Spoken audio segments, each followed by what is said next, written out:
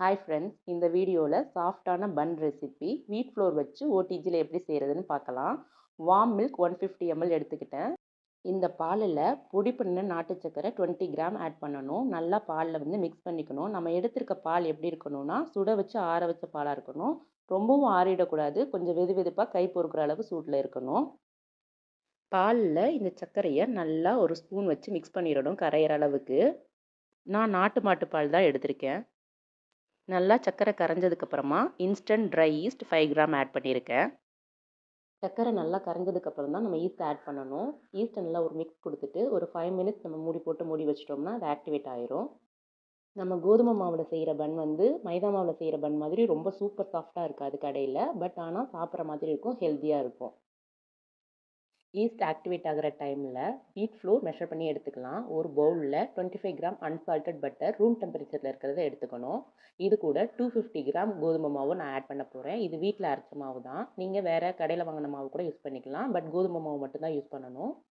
இது கூட 4 gram salt add பண்ணியிருக்கேன். இப்போது ஈஸ்ட் வாட்டர் இப்படி இந்த ஆக்டிவேட் ஆகி நல்லா ரைஸ் ஆகி வந்திருக்கும், பொங்கி வந்திருக்கும். இதை அந்த மாவோடு சேர்த்து நல்லா மிக்ஸ் பண்ணிக்கணும். நம்ம கோதுமை மாவு யூஸ் பண்ணுறதுனால இது நிறையா தண்ணி உறிஞ்சிக்கும். வார்ம் வாட்டர் கொஞ்சம் செப்பரேட்டாக வச்சுக்கிட்டு கொஞ்சம் கொஞ்சமாக தண்ணி தெளித்து நல்லா பிசையணும். 15 மினிட்ஸ்க்கு பிசைஞ்சிட்டு இதை நல்லா ஆயில் அப்ளை பண்ணி க்ரீஸ் பண்ணிவிட்டு ஒரு ஈரத்துணி போட்டு மூடிடணும். இல்லாட்டி ஒரு மூடி போட்டுட்டு 1.5 ஹவர்ஸ் வரைக்கும் இதை ஊற வச்சிடணும்.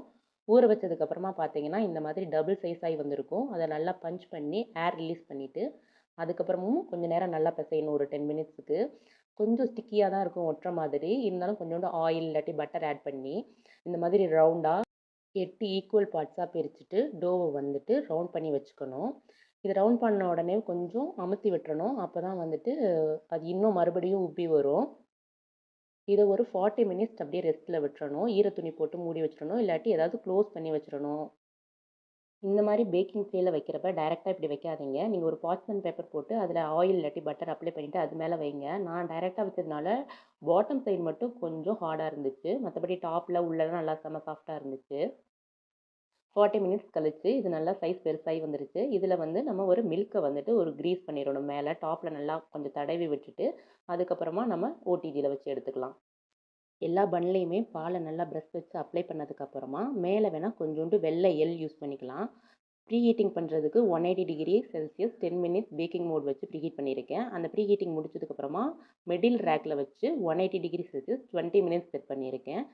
20 மினிட்ஸில் என்ன ஆகும்னா இதோட டாப் லேயர் நல்லா கோல்டன் ப்ரௌன் கலரில் வர ஆரம்பிக்கும். அந்த டைம் கரெக்டாக பர்ஃபெக்டாக இருக்கும். டைமிங் முடிஞ்ச உடனே இதை வெளியில் உடனே எடுத்து இம்மீடியட்டாக இது மேலே பட்டர் இல்லாட்டி கீ வச்சு ஒரு ப்ரஷ் பண்ணி கொடுத்துட்டு ஒரு 10 மினிட்ஸ் ஒரு துணி போட்டு மூடிடணும். நார்மல் கிளாத் போட்டு மூடி போடணும். அப்போ தான் அது மாய்ஸ்சரில் கொஞ்சம் சாஃப்ட் ஆகும் பண்ணு. அதுக்கப்புறம் ஒரு 10 மினிட்ஸ் கழித்து எடுத்து பார்த்தோம்னா இந்த அளவுக்கு சாஃப்டாக நமக்கு கிடைக்கும்.